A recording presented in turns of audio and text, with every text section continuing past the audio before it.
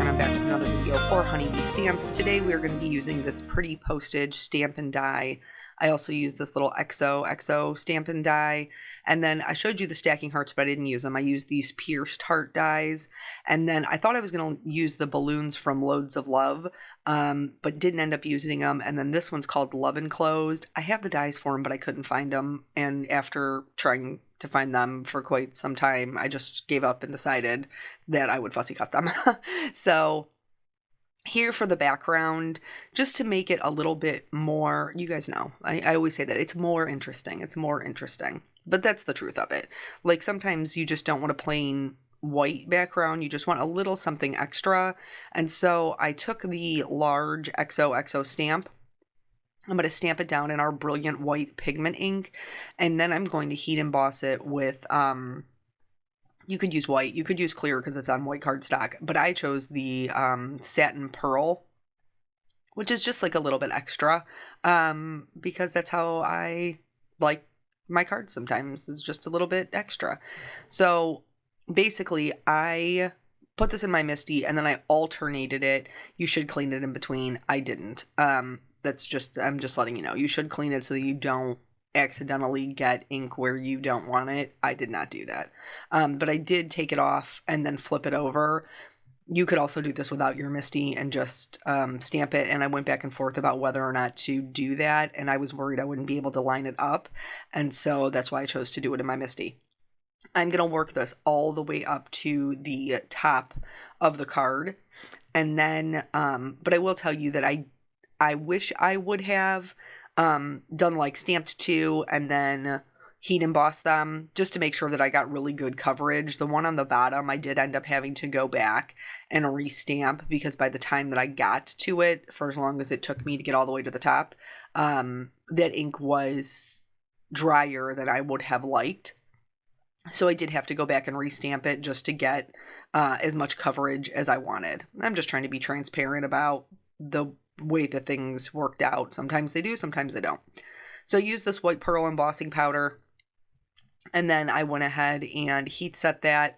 This one it's white, but it just has like a little extra shimmer to it.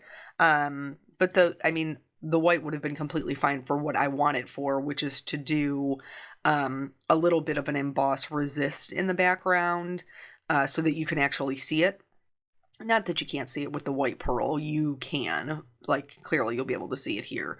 But so I also pulled out a piece of coral colored cardstock and used it wasn't the largest, I think it was the medium, the middle pierced die. And this puts little pierced holes around the edges. And since I knew you were only going to see just a little bit of this heart, I chose this one because I liked the decorative edge. So I used Tombow multi-glue in the back of it so that it would be repositionable, so that I could just hold it in place while I did some ink blending.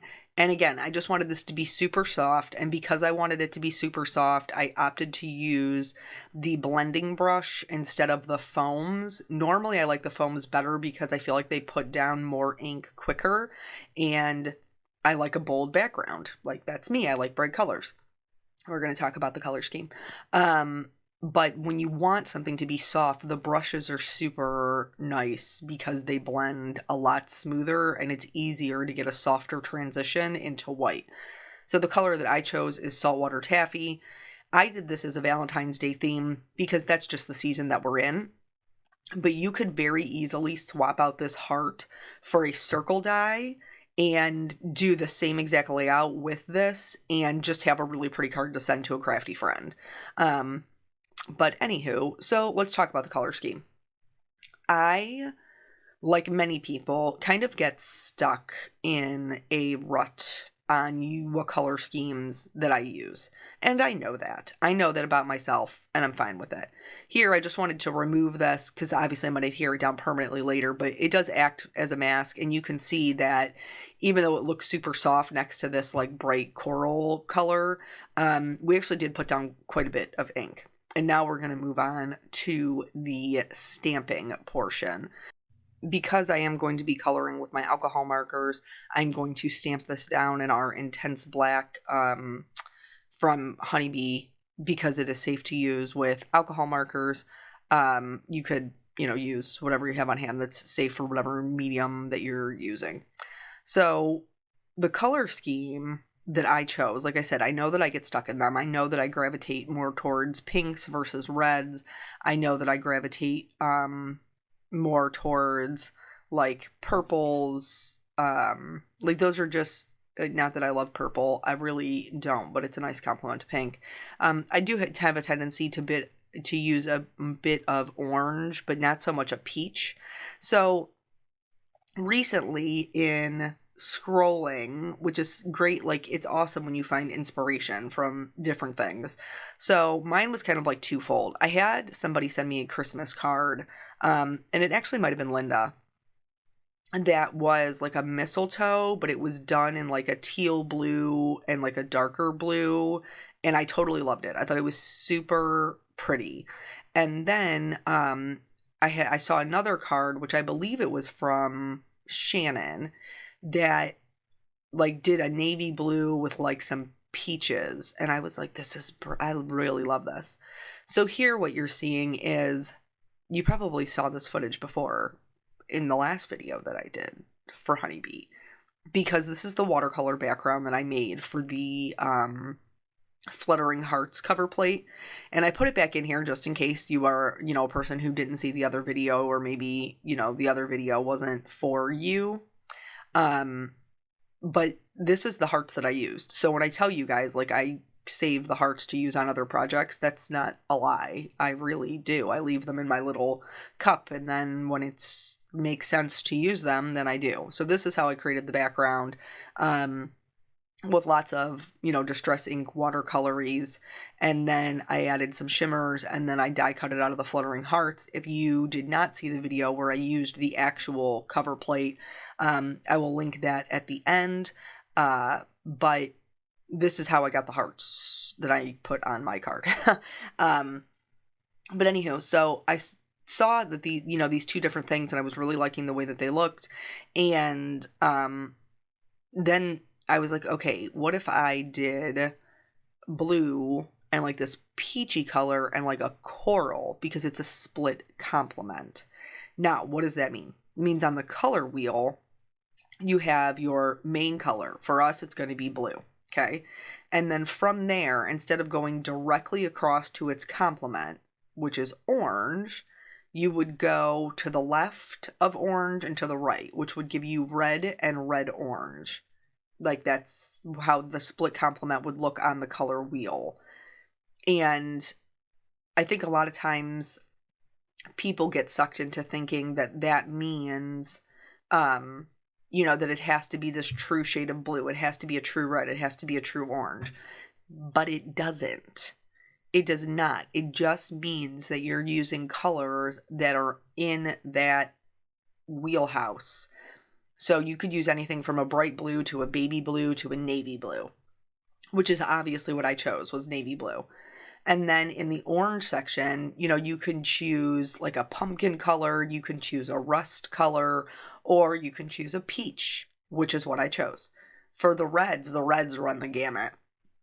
So you have more of a blue-based red, which looks like they're more on the purple side. They're a little bit deeper, or you have like a tomato-based red, which is a little bit more on the orange side, and you have everything in between. And so for the red, I chose a coral, which is, a little bit on the lighter side.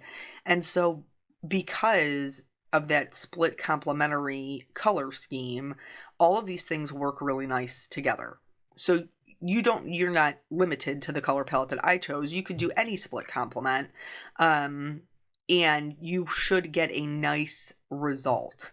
So that's just something to keep in mind if you struggle with knowing how to pick color palettes, or how to kind of maybe break out of the box like I was trying to do, because I was tired of making the same old. Because, I mean, like, I love my rainbows, don't get me wrong, but I can't do a rainbow card for every card that I make. Like, it just doesn't make sense. And the same thing with I love a pink, orange, yellow combination. but I can't do that on every card. So in order to kind of like break out of the box and find some maybe other things that I like that maybe I could incorporate into, my repertoire, if you will, for a different look when I'm, maybe that's something I can just work in and make it part of my, more normal. But I thought that it worked really well for this one. So for the peach combination, I chose a YR00, a 02, and then an R05. That's going to be my darkest color. And then I just picked some of these little leaves that were in there to color. If you were looking at the gallon pint quart rule, this would definitely be my my littlest amount. Because I didn't use it very much. I used it as an accent color. And then the other thing is, don't forget when you're picking out your color palette, so you can use as many neutrals as you want. Like, the majority of this envelope ends up being white or gray, if you will, because I'm adding little-ish amounts of other colors. But the main portion of the card actually ends up being quite a bit of white, which is a neutral, and that's totally fine.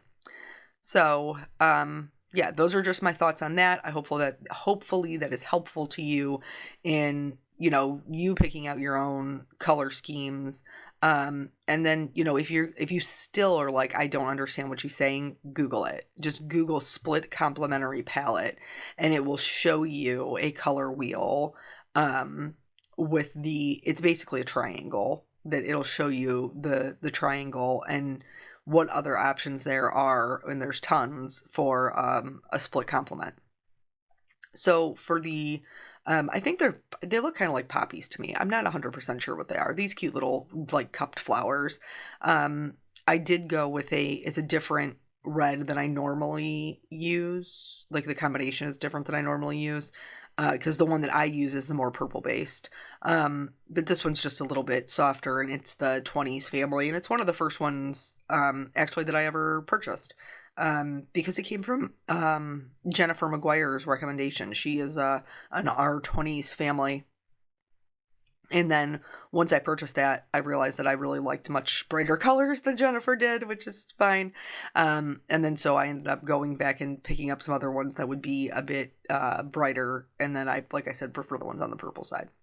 So, anywho, what's been going on in our life? We've just been living the dream, living life. It's funny, my husband made the comment to me yesterday that, like, because we hosted, his cousin lives out of state within driving distance, and they very generously drove up here to see us. We were actually supposed to do it before Christmas, and their children got sick, and then the weather, and it just didn't work out. So we ended up doing it this past weekend. And it was super nice to see them, and it was very nice of them to drive up and see us. But because of that, like, they were getting here at, I think, like 11 o'clock, 11:30. And so both of us got up early and then just, hit the ground running. And he had made the comment, that he's more used to doing that than I am, which I thought was really interesting, because I can't remember a morning that I didn't get out of bed and hit the ground running since I had my children. But I think his point is that I'm definitely more of a evening person and not a morning person, which is true. I have adapted because that's what my lifestyle requires, to getting up earlier than maybe I would have preferred, because I've been a night shift, for a long time, and I'm a night person. Like, when my babies are grown and I'm retired, I will probably be, back to being up till 2 o'clock in the morning. And honestly, on the nights that I have the opportunity to stay up because the next day is my day to sleep in, because you guys know how we split it, I do stay up late when everybody else is sleeping and I'm by myself. Mama gets to be alone and do something that doesn't require her to be responsible for, which I think all parents need, not just moms. Like, if you're, everybody needs a break sometimes. So I I have adapted to a day shift schedule because that is when I have the ability to work because my children are typically out of the house. Now, that doesn't always work out. Like, we have Martin Luther King Day coming up, so Peanut does not have any school, and so he'll be home with me and we'll be hanging out. And I'm not mad about that. That's great. That's one of the reasons why I wanted to work from home, you know? So, but I do think it's interesting. So my husband, when I met him, he was like a middle of the road person. Like, he wanted to be a night person, but he just didn't have it in him. So he was like a midnight 1 a.m. kind of person, whereas I was like a 3 a.m. kind of person. Like, there's a difference. You know what I'm saying? Here, I'm just adding some details, using some white gel pen into the stamen area of those flowers to just make them pop. And then I'm going to go ahead and die cut that out. And then I will be, like I said, I couldn't find my dies and I got tired of looking. So I will be fussy cutting out my little envelopes that are up there. So, yeah, he was like a middle of the road. Like, I want to be a night person, but I can't quite do it. And now that he's been working a more consistent schedule, like, because before he was on the same shift, but like, if you had overtime, you would either have to go in early or stay late. Like, he has much more control over his schedule in this current position, which is amazing, which is such a blessing to us right now with our children being young. But I also have adjusted into being a day shift person.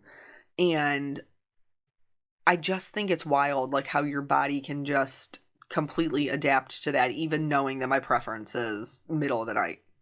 So when I was young, when I was little, my mom, I always knew my mom to go to bed super early because, so my mom was a stay-at-home mom until I was in like 6th grade.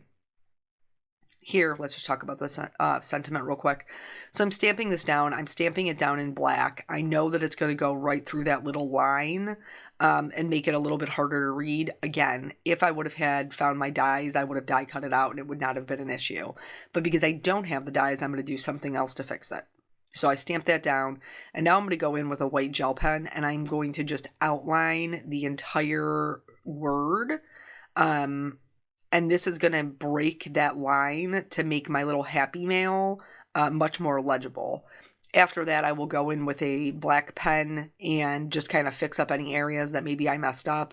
You could also restamp it and get a good result while keeping that white outline intact. So if you're a person who isn't confident in your pen skills, don't worry about it. Just restamp it.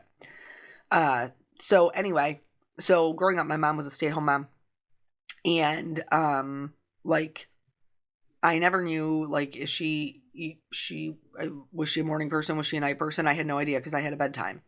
But then when I got a little bit older, like when I was conscious enough of when somebody was going to bed, my mom went to bed super early. Like, she went to bed crazy early. Like, we're talking like 7 o'clock. In the summer, my mom was going to bed when the sun was still up. My dad would always be like, be quiet, your mother's sleeping, your mother's sleeping. Why is my mother sleeping? My mother's sleeping because my mother had to get up at like 4 o'clock in the morning in order to get ready and get to work. And my mom did, like, I've told you guys before, I come from a blue collar family. Here, we got to go back to the card. So here, I adhered that little blue envelope because I had no idea what I was doing. And that blue envelope does not belong there because it's not low enough to be seen. So when I go to put my little floral envelope on top of there, I'm going to completely cover it up. So I'm going to have to remove it and then re-glue it, re-adhere it. So anyway, she got up, she worked at Ford Motor Company. My mother worked in the foundry. She slung engine blocks. She probably had bigger muscles than most guys that I knew. Like, my mom worked. You want to talk about sweat equity? Like, my mother worked. And that's where she stayed until she retired. Um, and she still did everything else too. Let's be real. Like, it was a different time back then. She still cooked dinner. She still did all of our laundry. She still listened to us run our mouths because we were ungrateful children. Like, she still did all of those things as well. Like, she's amazing. Nothing's changed. She is still amazing. But anyway, it wasn't until years later that like I became more of a like older teenager or an adult that I learned that my mother's actually a night person. That's it. Like, she is a night person. She prefers to be up in the night. But I had no idea because she had been working this day shift job for five ever and getting up at 4 o'clock in the morning. And her response was always, well, like, I did it for you guys. I did it so I could, be home when you guys got home from school. I did it so that I would be able to see you more consistently. Like, those are the choices that my mom made so that she would be able to be home for her family. And because of that, I also make the same choices. So yes, I would prefer to stay up all night and do my work then, but I don't. I get up because it means that I can see my kids. So yeah. Anyway, it's just interesting how your body works and can change that over to make you from a night person to a day person. So anyway, that is the whole card. I hope you guys learned a little bit of something and you're inspired to maybe put your own spin on it and look into that split complement. Thank you guys so much for joining me, and I will catch you on the next video. Bye.